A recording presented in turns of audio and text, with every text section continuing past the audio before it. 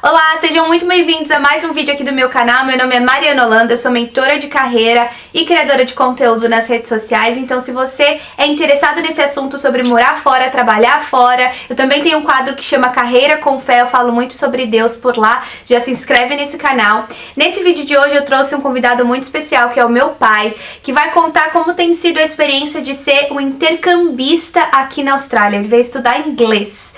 Pai, se introduz aí pro pessoal. Oi pessoal, meu nome é Ayrton, eu sou nascido no estado do Ceará, mas moro a minha vida toda em São Paulo.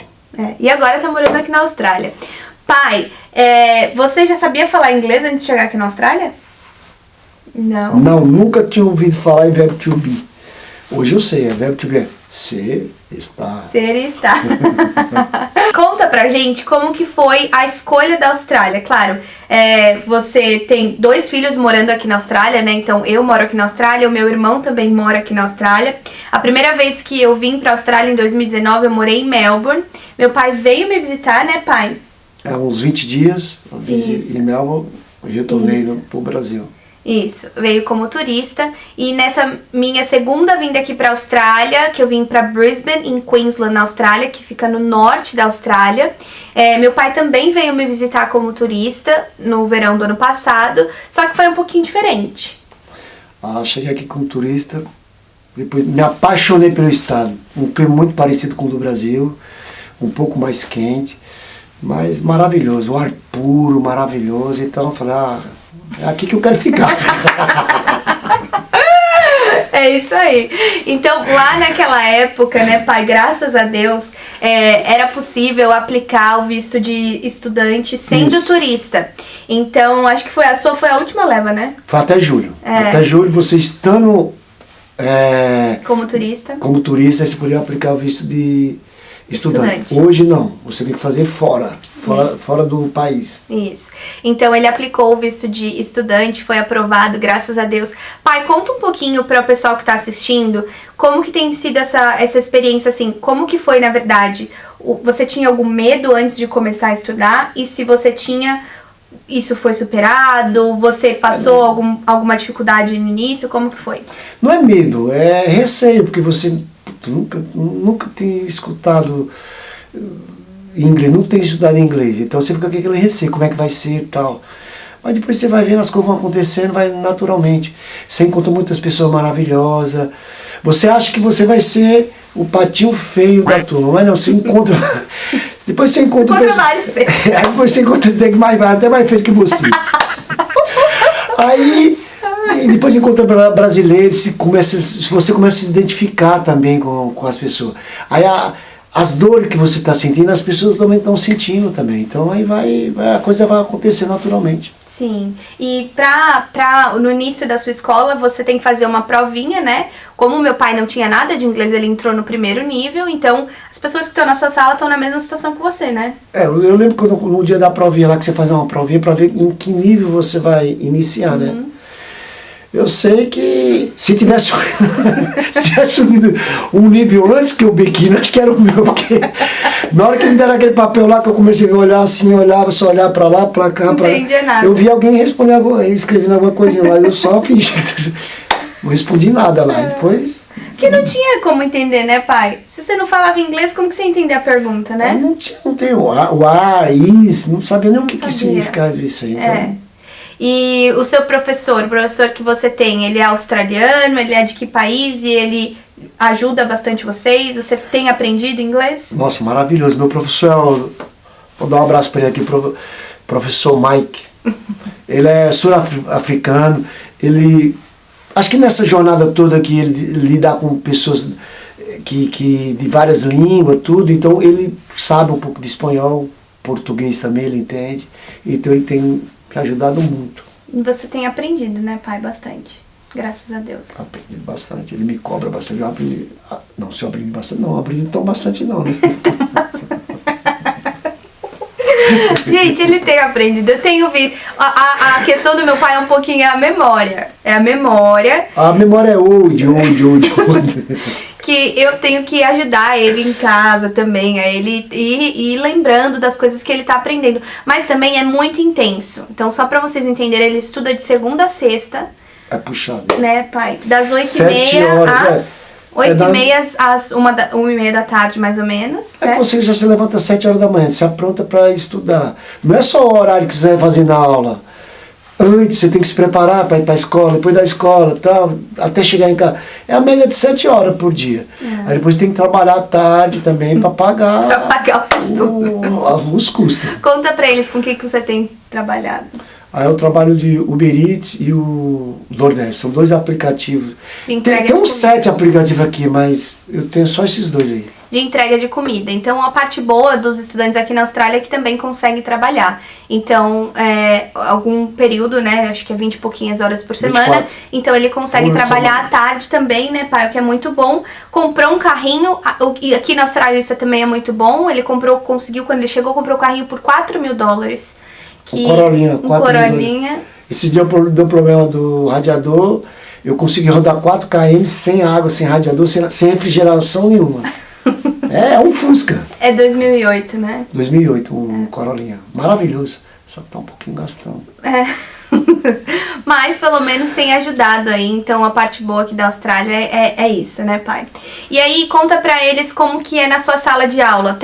Você conheceu brasileiros? Tem pessoas de quais países? Nesse período agora que eu já passei, então, já tem um ano já passou várias pessoas. Tem aquele pessoal que vem estudar por um mês, 2 meses. Já teve um estudante mais velho que o Akira. Um estudante mais velho que o Akira. Ele veio, ficou 2 meses e foi embora. Então, é bem... Muda bastante. Muda bastante. Toda semana tem gente nova na sala. E hoje você é o mais velho da sua sala? Hoje eu sou mais velho. Meu professor é mais velho que eu. Não, deve. Dos estudantes. Dos estudantes sou eu. Mas eu não me importo com isso não. E o pessoal também não tá nem aí. O pessoal interage comigo, o pessoal pergunta, quer saber de onde eu sou e procura conversar com você e tal.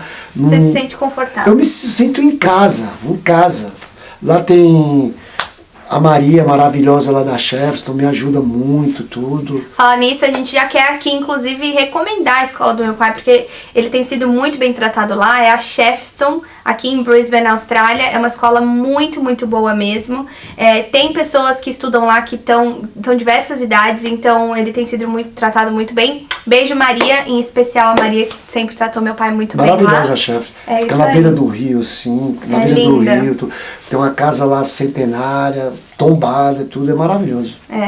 Pai, como que tem sido, assim, o seu dia a dia e principalmente os desafios diários, assim, de, tipo, você vai resolver um problema, por exemplo, ontem teu carro quebrou, como que é? Porque eu e meu irmão, a gente tá trabalhando e a gente não consegue estar com você. Como que é essa questão de resolver problema no dia a dia, o inglês e vivenciar aqui na Austrália? Ontem mesmo, na sexta que deu problema no meu carro, segunda eu fui atrás das peças lá. A mecânica é o pessoal brasileiro, então, beleza. Ok. Mas na hora de comprar a peça lá, você tem que help o tradutor, né? Então... Mas ontem você falou que sua bateria até acabou, né? O que você fez quando a bateria acabou? Aí eu fui lá e dei um chat. Carreguei. Ah, tá. Mas você não falou que fez uma mini? Sim. Foi na segunda peça, né? Porque é um trevinho que vai em cima do radiador, onde vai distribuir a água. Aí não tava sem bateria e botei lá para carregar, mas até carregar eu comecei a conversar com um rapaz lá do meu jeito lá, explicando lá que ficava em cima do radiador, é muito parecido. Radiator, Radiator. É que a palavra é bem parecida. Aí comecei a explicar lá, ele começou tal, ele mostrou a foto para mim, eu falei, essa aqui, ele pegou o código e puxou, aí deu tudo certo. O que ajuda muito meu pai, e até eu te fazer essa pergunta, mas acho que eu até já sei a resposta, é que ele é muito curioso, né, Daddy? E ele vai fazendo pergunta, e ele não tem vergonha, e isso te ajuda muito aqui na Austrália. Aí você tem que perguntar, sorry, I don't speak English, little bit, aí a pessoa, noise, aí vai indo. Vai ajudar. Aí a pessoa fica pronta para te ajudar. Eu compro peça, fui na Toyota, fui na Super Chip comprar peça, tudo, e fui sozinho. E quando você vai fazer essas entregas, o que você faz no final da entrega? Aí eu chego lá primeiro, tem que dar um sorrisão, né? Dar um sorriso, falar, how are you? Aí a pessoa fala, ok. Aí que eu entrego, eu falo, hot. Can you give me a review of Mallorca? A pessoa olha assim, nice, 5 star. Eu falei, yes, 5 star. Aí depois vem uma boa avaliação, vem um tip é... Gorjeta. Uma gorjeta, isso. Vocês viram que ele tá já até esquecendo as palavras em português. Isso é um sinal, pai, do aprendizado do inglês. Pouco a pouco. Pouco a pouco. Pouco a pouco. Pai, fala pra eles, assim, se alguém tiver querendo ter essa experiência de intercâmbio, que tem uma idade mais avançada, qual o seu conselho pra essas pessoas, se elas estiverem ainda com receio, com algum medo? O negócio é esquecer a idade. Esquece a idade. Se tiver receio, quebra esse receio. Pode vir estudar, porque você vai ganhar experiência. Outras culturas, você vai lidar com outras pessoas. É maravilhoso. É enriquecedor na sua vida. Sim, e vindo, né, pai, da onde a gente veio, né, saindo lá de Cariús, no Ceará. Não, do Junco. Do Junco. E hoje do tá Junco aqui é como se fosse um subdistrito da cidade próxima, né, Cariús. Então, e hoje tá aqui na Austrália. Glória a Deus. Aqui, studying English. Study English. Daddy, vamos contar pro pessoal como foi a questão de descobrir o câncer, né? Que não foi fácil. Meu pai estava aqui um pouquinho antes do 1 ano, né? Então ele estava no período de carência do convênio dele. E como que foi esse início? Como que você descobriu o câncer? E, enfim, conta um pouquinho. É isso aí. Porque na aplicação do visto você faz uns exames. Aí no exame lá, deu uma alteração na urina, gordura na urina. Aí a Mariana não pode mais comer carne, não pode reduzir, tudo é proteína. Não é proteína na urina. Tem que reduzir. Aí na segunda, para repetir o exame, eu lembrei, puxa, eu vou fazer um acompanhamento de próstata lá no Brasil, e aqui nunca fiz. Falei, Mariana, inclui é simples, é só eu pedir para incluir o PSA.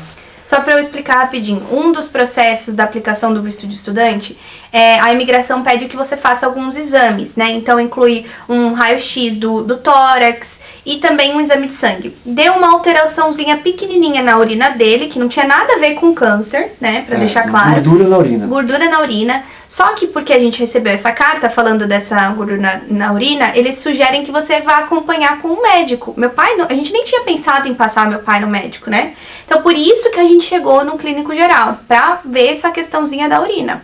E na repetição do exame, meu pai pediu pro doutor, o senhor pode, por favor, incluir o PSA no exame de sangue, que é o hormônio da próstata.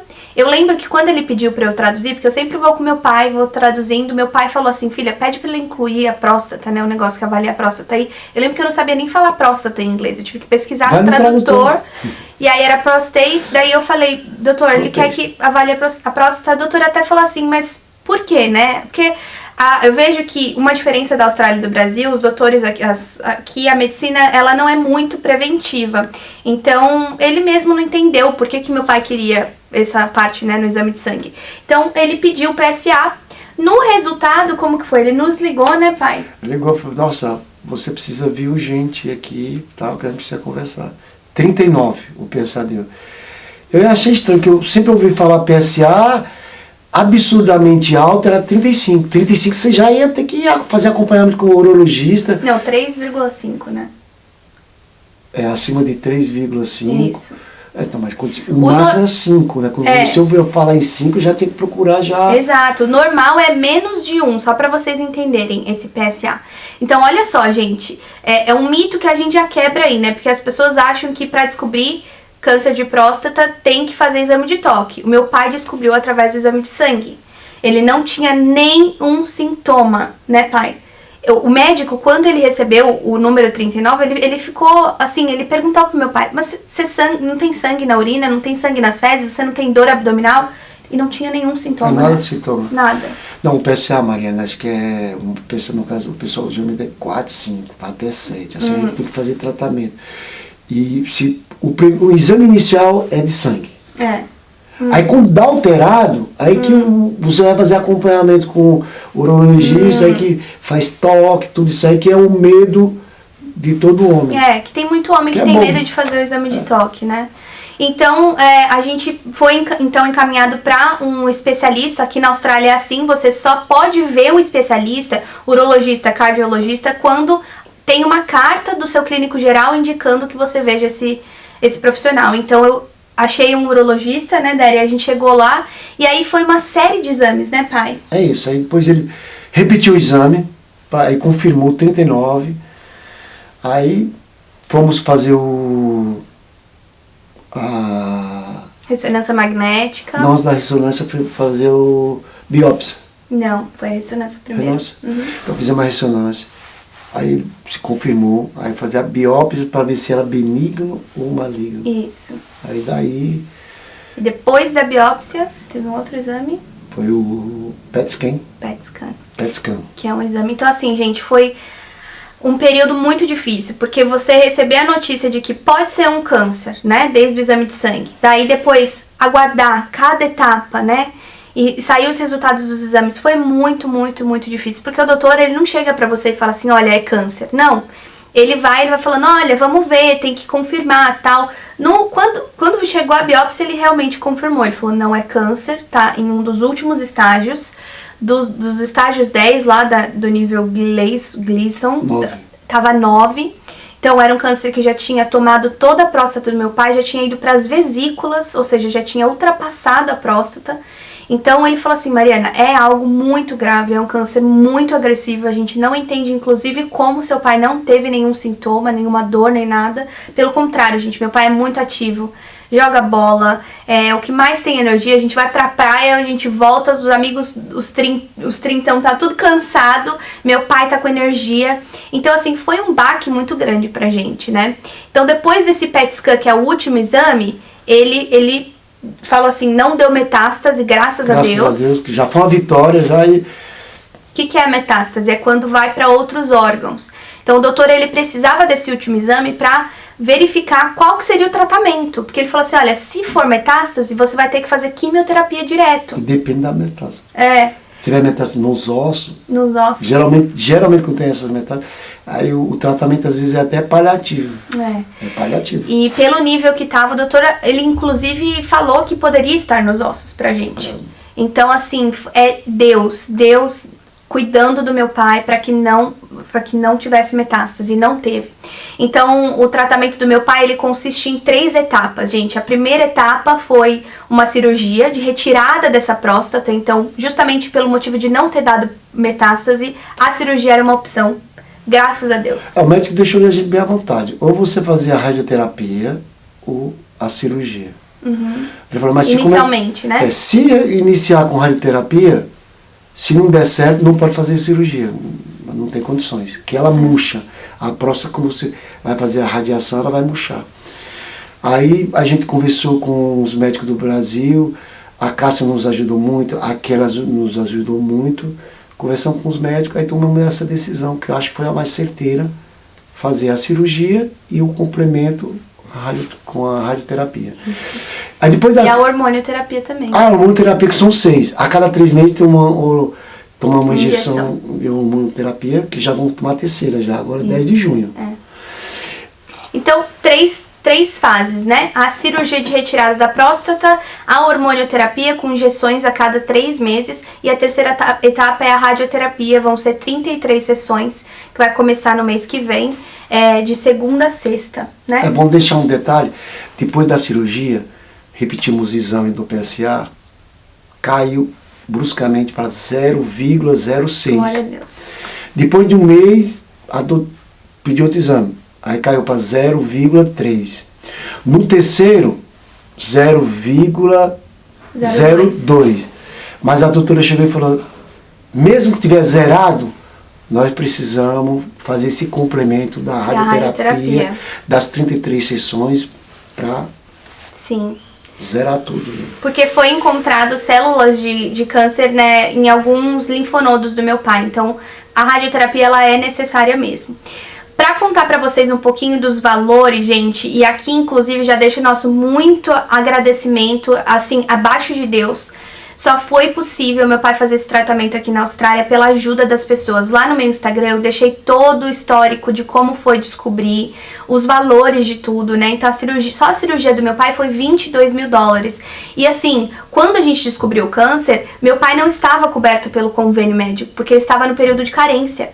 Então, a gente já tinha gasto de 6 mil a 7 mil dólares só em exame para descobrir o câncer. Depois a gente descobriu o tratamento. Foi 22 mil dólares de cirurgia. Cada injeção que ele tem que tomar é 1.000 dólares cada uma. São no mínimo 6. E agora a radioterapia que custa 23 mil dólares. Graças a Deus, a radioterapia agora vai ser coberta pelo BUPA, né, que é o convênio médico. Uma parte. Uma parte. Então eles vão cobrir ali em torno de 16 mil dólares. Mas assim, gente, só pra vocês saberem em termos de valores um pouquinho, porque eu lembro que eu pesquisei muito sobre os valores de tratamento, né, quando a gente ainda não tinha as respostas. E o único motivo do meu pai não ter ido tratar no Brasil foi porque a gente pesquisou e no Brasil o SUS, ele não reconheceria os exames que meu pai fez aqui, então ele ia ter que começar tudo do zero lá no SUS, fazer os exames tudo zero, entrar na fila pra fazer exame. Então é inviável. O médico falou: Ayrton, você precisa de tratamento logo. Então foi por isso que a gente teve que fazer o tratamento aqui na Austrália. Então a gente é muito grato a todas as pessoas que ajudaram financeiramente, né, Dery? Aproveitar e agradecer. Mais de 720 pessoas colaboraram, não só com valores de dinheiro, mas com orações. Então, sou muito grato. O pessoal do Brasil também, que colaboraram, orações. Muito maravilhoso. obrigada, então, gente. eu fico muito grato. Obrigado. Vocês são maravilhosos. Muita bênção na vida de vocês, gente. Obrigada, gente. Então, assim, gente, a gente quis contar um pouquinho, tentando ser breve ali, a nossa bateria tá até acabando, Dery. Vai ser a radioterapia depois? A radioterapia vai começar mês que vem, né? Então a gente pode também contar como é, se vocês quiserem. Comenta aí pra gente saber se vocês querem saber como está sendo o tratamento de radioterapia aqui na Austrália. Então, se você ficou com alguma dúvida sobre a experiência do meu pai de intercâmbio aqui na Austrália ou do tratamento dele, deixa aqui nos comentários. A gente tá muito comprometido a ajudar outras pessoas, né, que podem passar pelo mesmo. Eu lembro que eu procurei muita informação sobre tratamento de câncer aqui na Austrália para estrangeiros e muitas vezes eu não encontrava, porque eu também entendo que é muito particular de cada um. Teve pessoas que fazem quimioterapia, fizeram químio, às vezes em outras partes do corpo, então por isso também que eu quis gravar esse vídeo pra falar que o câncer do meu pai foi câncer de próstata, explicar os detalhes, né? E então qualquer dúvida deixa aqui nos comentários pra gente, a gente vai ajudar. Vou trazer o Dery, pode falar, Dery. Mariana, a gente esqueceu de falar da segunda cirurgia, da hérnia. Para iniciar a fazer a radioterapia, apareceu uma hérnia depois da cirurgia da próstata. Aí a doutora falou: é melhor tirar essa hérnia aí e tudo. Então foi 2 cirurgias. 2 cirurgias, gente. Porque logo depois da cirurgia da próstata, começou a crescer uma hérnia no meu pai, muito grande. E aí a doutora falou assim: olha, antes de a gente começar a radioterapia, você tem que tirar essa hérnia. Então foi outra cirurgia. Inclusive, o convênio cobre só uma parte. Então, o médico é por fora, a gente teve que pagar. Anestesista também por fora, tem que pagar. Então, nem é tudo, não é tudo. O hospital. O hospital é coberto, 100% coberto pelo convênio. Graças a Deus, agora ele já passou o período de carência. É um hospital maravilhoso, hein? O hospital chama Greenslops, aqui em Brisbane, na Austrália, que também é onde a gente está fazendo o tratamento de radioterapia, né, pai? A gente também recomenda. Então, qualquer outra dúvida, deixa aqui nos comentários.